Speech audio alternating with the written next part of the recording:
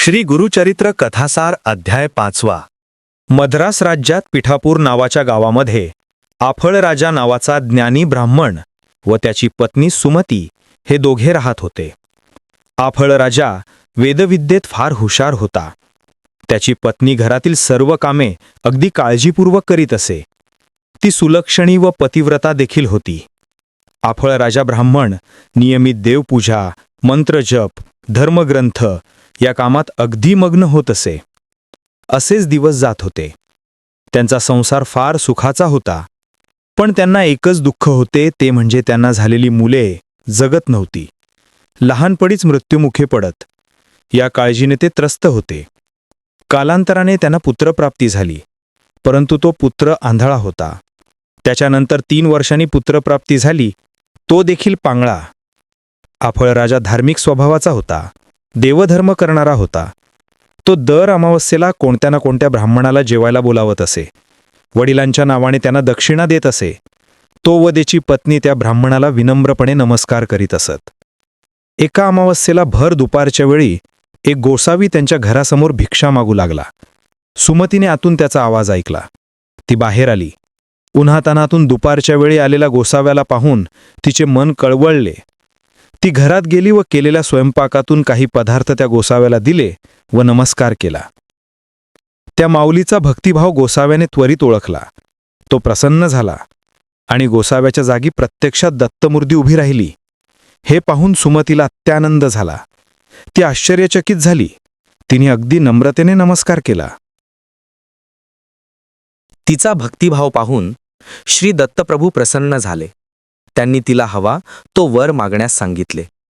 सुमतीने आत्तापर्यंतची सर्व संसार स्थिती त्यांना मोजक्या शब्दातच सांगितली. आपला एक मुलगा आंधळा व दुसरा मुलगा पांगळा आहे, तेव्हा आता चांगला व सुलक्षणी मुलगा व्हावा असा वर मागितला. दत्तप्रभूंनी तिची प्रार्थना ऐकली व लगेचच तथास्तु म्हणून ते अंतर्धान पावले. सुमतीचे पती बाहेर गेले होते. आफळराजा येताच सुमतीने झालेली हकीकत त्याला सांगितली. ती ऐकून त्यांना फार आनंद झाला, फार समाधान वाटले. अगदी दुपारच्या वेळी कधी कोणत्या रूपात देव येईल हे कुणालाच सांगता येणार नाही. आज प्रत्यक्ष दत्तगुरू भेटले याचा त्यांना आनंद झाला. पित्याच्या नावाने दर अमावस्येला एका ब्राह्मणाला दिलेल्या भोजनाची फलप्राप्ती झाली होती. आफळराजाच्या वडिलांचा आत्मा तृप्त झाला होता. काही दिवसांनंतर त्यांना एक मुलगा झाला. तो जन्माला आला तेव्हाच त्याचा चेहरा तेजस्वी होता. डोळे बोलके होते. डोक्यावर काळेभोर जावळ होते. नाक सरळ व टोकदार होते. त्या बालकाला पाहून कोणालाही कौतुक वाटेल इतके ते मोहक होते. त्या मुलाचे मोठ्या थाटात बारसे झाले. घरी बोलावलेल्या सौभाग्यवतींना हळद कुंकू दिले गेले. मुलाचे नाव श्रीपाद ठेवून साऱ्यांना गोड पदार्थ वाटून तोंड गोड केले गेले. श्रीपाद आता मोठा होत होता. तो कोड कौतुकात वाढत होता. तो 7 वर्षाचा झाला. 7 वर्ष झाल्यावर त्याची मुंज केली. हा छोटासा श्रीपाद 4ही वेद घडाघडा तोंडपाठ बोलून दाखवत होता. घरात सर्वांना फार आश्चर्य वाटायचे. शेजारच्या आसपासच्या लोकांना सुद्धा त्याने चकित केले होते. सगळ्यांना आश्चर्य वाटायचे की एवढा छोटासा मुलगा 4ही वेद अस्खलित घडाघडा कसे काय म्हणतो. श्रीपाद आणखी मोठा झाल्यावर घरच्यांनी, वडीलधाऱ्यांनी त्याच्या लग्नाचा विचार केला, परंतु श्रीपादाने लग्नाला अगदी स्पष्टपणे नकार दिला. आपण लग्न न करता तीर्थयात्रा करणार आहोत असे त्याने आईवडिलांना सांगितले. तीर्थयात्रेला घरातून नकार मिळत होता, पण त्याने जिद्द सोडली नाही. श्रीपादाला आई समजावून सांगू लागली, श्री, तू गेल्यावर या आंधळ्या पांगळ्या भावंडांचे कसे होणार? आता आमचे वय झाले आहे. आम्ही त्यांच्या आयुष्याला पुरणार आहोत का? हे ऐकून श्रीपादाने दोन्ही भावांच्या मस्तकावरून हात फिरवला, तर काय आश्चर्य! जो भाऊ पांगळा होता त्याचा पांगळेपणा नाहीसा झाला आणि आंधळ्या भावाचे अंधत्व जाऊन त्याला दिसू लागले. मातापित्यांनाही हे पाहून समाधान वाटले. आता श्रीपाद घरच्यांचा, सर्वांचा निरोप घेऊन तीर्थयात्रेस निघून गेला. उत्तर प्रदेशातील तीर्थस्थळे पाहून झाल्यावर श्रीपाद दक्षिण प्रदेशातील तीर्थक्षेत्रे पाहण्यासाठी गेला. त्याने दोन्ही दिशांची तीर्थे पाहिले. हा श्रीपाद म्हणजेच श्रीपाद श्रीवल्लभ स्वामी हे त्यांचे दत्तावतारी पुरुष रूप लोककल्याणकारी म्हणून ओळखले जाते. श्री गुरुचरित्र कथासार अध्याय 5. समाप्त. श्री गुरुचरित्र कथासार अध्याय 6. प्राचीन काळातील गोष्ट आहे ही. लंकेच्या रावणाच्या आईची व रावणाची या दोघांची श्रीशंकरांवर फार श्रद्धा होती. लंकेच्या रावणाच्या आईचे नाव कैकेयी होते. ती नित्यानेमाने श्रीशंकरांची पूजा व प्रार्थना करीत असे व नंतरच भोजन सेवन करीत असे. तिचा हा दिनक्रम बरेच दिवस चालू होता. एक दिवस तिला श्रीशंकराच्या पूजेसाठी जाणे जमले नाही. तिने तिथेच मातीपासून शिवलिंग तयार केले व ती त्या श्रीशंकरांच्या लिंगाची पूजा करू लागली. तेवढ्यात रावण तिथे आला व त्याने ते मातीचे शिवलिंग पाहिले. त्याला फार वाईट वाटले. रावण आईला म्हणाला, मी सर्व शक्तिशाली आहे, तू मातीच्या शिवलिंगाची पूजा करतेस? हे मला योग्य वाटत नाही. मी तुला शंकराचे आत्मलिंगच आणून देतो, तू त्याची पूजा कर. पण यापासून तुला काय फळ मिळाले ते मला सांग. कैकेयी मातेने रावणाला श्री शंकराची पूजा कशी करायची व या पूजेमुळे काय फलप्राप्ती होते हे सविस्तर सांगितले. कैकेयी म्हणाली, महादेवाची पूजा अर्चा केल्याने महत्पुण्य मिळते.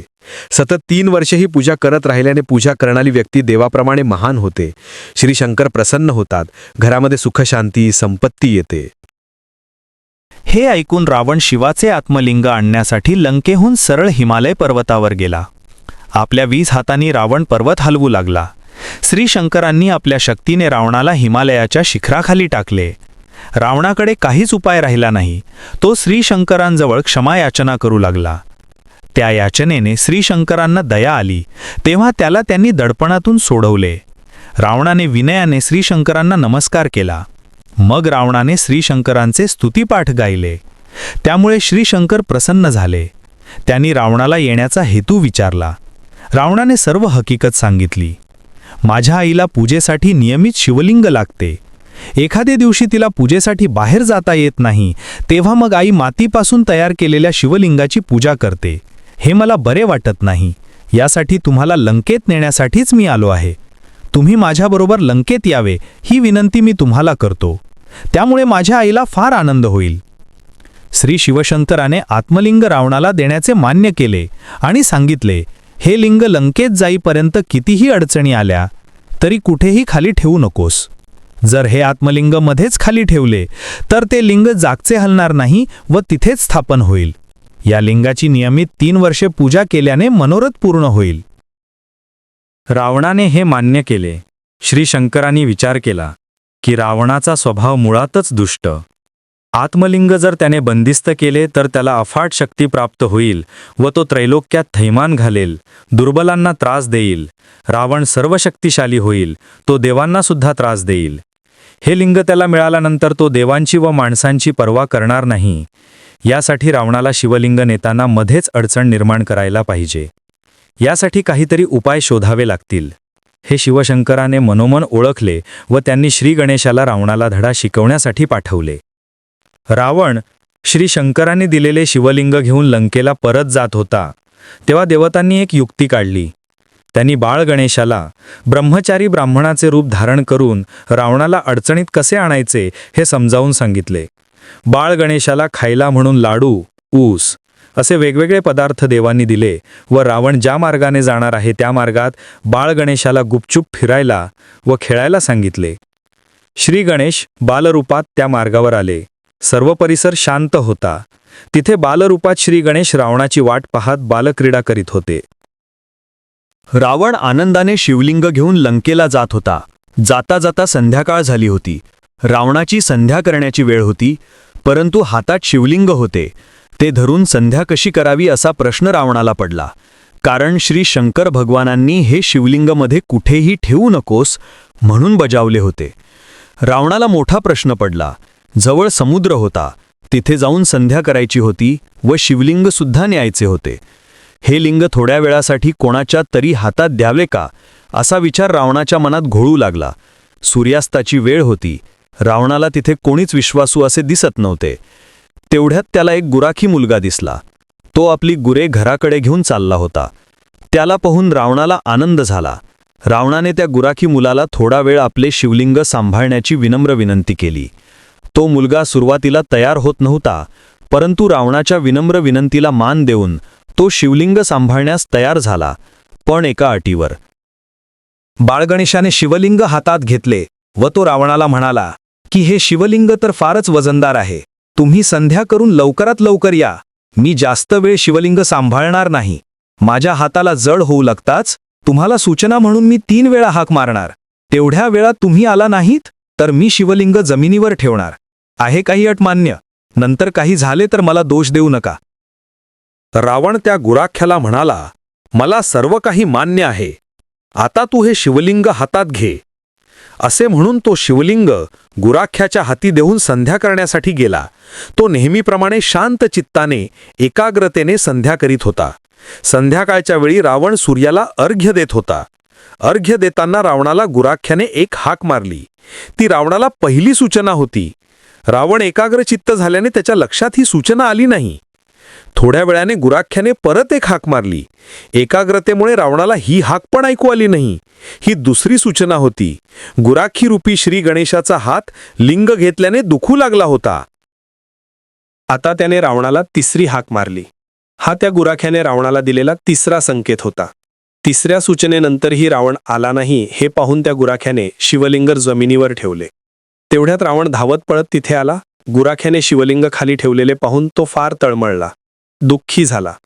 रावणाने पूर्ण शक्तीनिशी लिंग उचलण्याचा प्रयत्न केला, परंतु लिंग काही जागचे हलले नाही.